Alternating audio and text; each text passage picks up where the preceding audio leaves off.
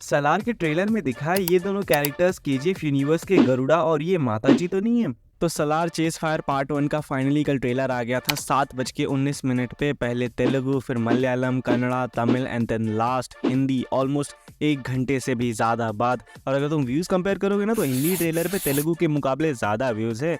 फिर भी हिंदी ऑडियंस के लिए इतना लेट, दैट्स नॉट फेयर यार। खैर ये सब तो चलता रहता है। Let's moving forward to the trailer breakdown, जहाँ पे ट्रेलर 3 मिनट 47 सेकंड्स का है और प्रभास की एंट्री 2 मिनट 18 सेकंड पे ऑलमोस्ट ट्रेलर के एंड में होती है। जहाँ पे मेरे हिसाब से ट्रेलर 2 पार्ट्स में डिवाइडेड है। पहला स्टोरी और वर्ल्ड बिल्डिंग और दूसरा द प्रभास शो, जहाँ पे बचे कुछ पूरे ट्रेलर में सिर्फ प्रभास ही दिखते हैं। खैर तो ट्रेलर की शुरुआत होती है देवा और वरदराज के चाइल्डहुड ऑथ से, यानी कि कसम से, जहाँ पे देवा का मतलब प्रभास अपने दोस्त वरदराज मतलब पृथ्वीराज सुकुमारन से कहता है कि मैं तेरे लिए शिकार भी बनूंगा और शिकारी भी बनूंगा, बस तू मुझे एक बार बुलाना, मैं ज़रूर आऊँगा। फिर हमें कुछ डिफरेंट शॉट्स देखने मिलते हैं हज़ारों साल पहले के, क्योंकि ये कहानी हज़ारों साल पहले ही शुरू हुई थी कुछ ट्राइब्स के लोगों के द्वारा, जिन्होंने मिल के खानसार नाम की एक जगह है जहाँ पे एक जंगल को अपना किला बनाया उस समय, जो कि प्रेजेंट टाइम में काफ़ी इवॉल्व और एडवांस जगह हो चुकी है।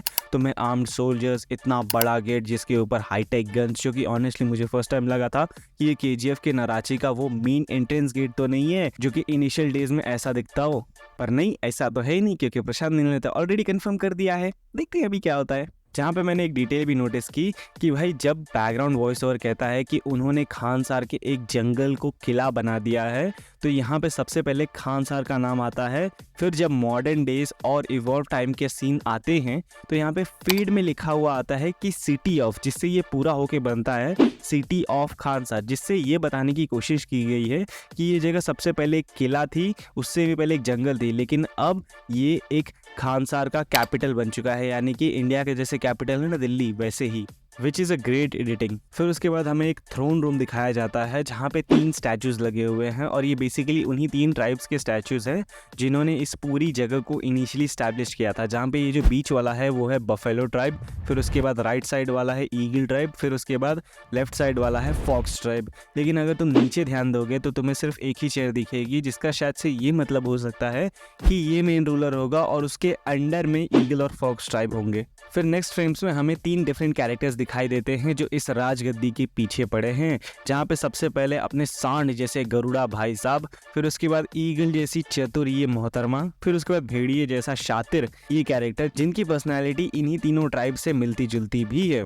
लेकिन बफेलो ट्राइब के रूलर ये नहीं है, बल्कि ये हैं जिनका नाम है राजा मन्नार, जिन्हें हम नेक्स्ट फ्रेम्स में देख सकते हैं, जो कहता है कि मेरी इच्छा यही है कि मैं अपने बेटे वरदराज मन्नार को मरने से पहले सरदार बनते हुए देखना चाहता हूँ। एंड ही वेंट समवेयर, और कहता है कि मैं आने के बाद मेरे बेटे को खुद सरदार बनाऊंगा। पर पीठ पीछे इनकी अलग ही प्लानिंग चल रही है इसके बेटे को मरवाने की, ताकि ये लोग गद्दी हथिया सके। सेम टिपिकल ओल्ड स्टोरी की, एक साम्राज्य की गद्दी के पीछे परिवार आपस में झगड़ेगा, कुछ चेंज नहीं है। लेकिन हाँ, प्रशांत नील साहब है तो वो दिखाएंगे अपने स्केल के हिसाब से।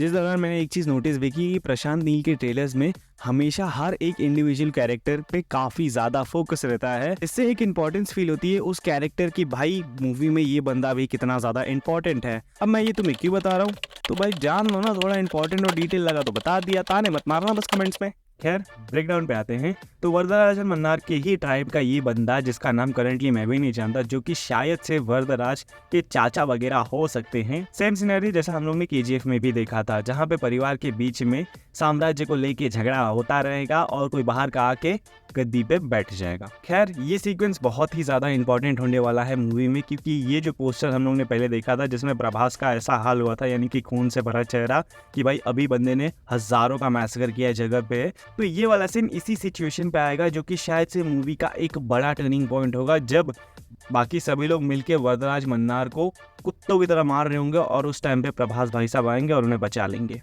एंड देन ही डिसाइड कि भाई अब तेल लेने के, अब मुझे सब कुछ चाहिए। जो कुछ भी मेरी आंखों के सामने है वो सब मुझे चाहिए। जहाँ पे फिर उसके बाद हमें रेबल स्टार प्रभास की एंट्री देखने मिलती है ऑलमोस्ट 2 मिनट 18 सेकंड के बाद। इसमें बैकग्राउंड म्यूजिक मुझे कुछ सेकंड्स के लिए लगा कि भाई केजीएफ से तो पूरा का पूरा नहीं उठाया लेकिन ये अलग है पर थोड़ा सा ही। और मैं क्या भाई म्यूजिक बोल रहा है, यहाँ पे तो प्रशांत साहब ने केजीएफ के सेट्स, उसका टोन, उसकी सिनेमाटोग्राफी सब कुछ तो उठाया, फिर क्या प्रॉब्लम है भाई तुम्हें इसे उसी यूनिवर्स में डालने की? एक छोटा सा ही तो रेफरेंस देना है, पब्लिक अपने आप समझ जाएगी। और यहाँ पे भी कुछ चीज़ें नोटिस करने लायक है जो साफ साफ दिख जाती हैं बिना ज़्यादा नोटिस किए। जहाँ पे प्रभास का कैरेक्टर देवा मोस्ट प्रोबेबली कोई मैकेनिक वगैरह हो सकता है, क्योंकि उसकी कमर पे सारे टूल्स दिख रहे हैं। और नेक्स्ट फ्रेम में हमें जो टेंट्स बांधे हुए दिखे हैं इस पूरे एरिए में। तो जब टीजर आया था तो इस सीन को लेके बहुत ही ज़्यादा पब्लिक एक्साइटेड हुई थी कि भाई केजीएफ यूनिवर्स की पोस्ट क्रेडिट सीन में रमिका सेन भी इसी जगह पे आई थी। ये एग्जैक्ट नंबर से तुम कंफर्म कर सकते हो, लेकिन इस ट्रेलर में इन्होंने ये सारे के सारे नंबर्स ही हटा दिए टेंस पे से। फिर उसके बाद हमें धड़ाधड़ 3-4 तगड़े तगड़े शॉट्स दिखाए जाते हैं जिसमें प्रभास भाई साहब लोगों को मार रहे हैं, काट रहे हैं, वो भी प्रॉपरली दिखाया जा रहा है, जिससे ये लगता है कि भाई मूवी को सेंसर बोर्ड की तरफ से अडल्ट रेटिंग ही मिलने वाली है। लेकिन इस दौरान हमें एक और इंटरेस्टिंग सा कैरेक्टर देखने मिलता है जो है ये वाली माता जी, जिन्होंने रॉकी भाई साहब को आशीर्वाद दिया था केजीएफ 2 में, जो शायद से प्रभास के कैरेक्टर देवा की माँ हो सकती है।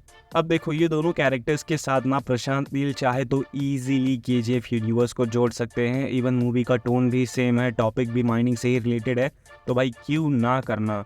जहाँ पे शायद से उनकी कोई अलग ही प्लान्स होंगे। जहाँ पे मैंने शुरुआत में भी बोला था कि प्रशांत नील का केजीएफ से सलार का कोई कनेक्शन नहीं है, ये वाला स्टेटमेंट एक झूठ है। जिस मामले में मैं प्रशांत नील को बिल्कुल भी गलत नहीं ठहरा रहा हूँ, बस मेरा यही कहना है कि जैसे केजीएफ 2 के शूटिंग खत्म होने के बाद दिसंबर 2021 में आई गेस उन्होंने ये बोला था कि केजीएफ 3 की उनकी कोई प्लानिंग नहीं है, लेकिन हमें ये सीन देखने मिला ना, जहाँ पे भाई मोस्टली ऐसी चीज़ें तभी होती है जब स्टूडियो दबाव डालता है एक्टर्स और डायरेक्टर्स पे कि तुम भाई ऐसी स्टेटमेंट्स दो ताकि पब्लिक मूवी को लेके और हाइप अप हो सके और बिल्टअप हो सके, भाई एक पूरा माहौल बन सके मूवी के लिए। लेकिन खैर क्या कर सकते हैं, जैसा स्टेटमेंट है सो दे दिया है। अब भाई अंदर की बात क्या है उसको लेके हमें कैमरा के पीछे बैठे लोग क्या बोल सकते हैं, जो कि बोलना भी नहीं चाहिए। ऑनेस्टली मुझे जो लगा मैंने बता दिया, शायद से जो भी कुछ कांड होगा वो स्टूडियो में ही हो रहा होगा या कुछ भी, देखते हैं, वो तो हमें 21 दिसंबर को समझ आ ही जाएगा। तब तक के लिए तुम बताओ कि सलार चेस फायर पार्ट 1 का ट्रेलर तुम्हें कैसा लगा।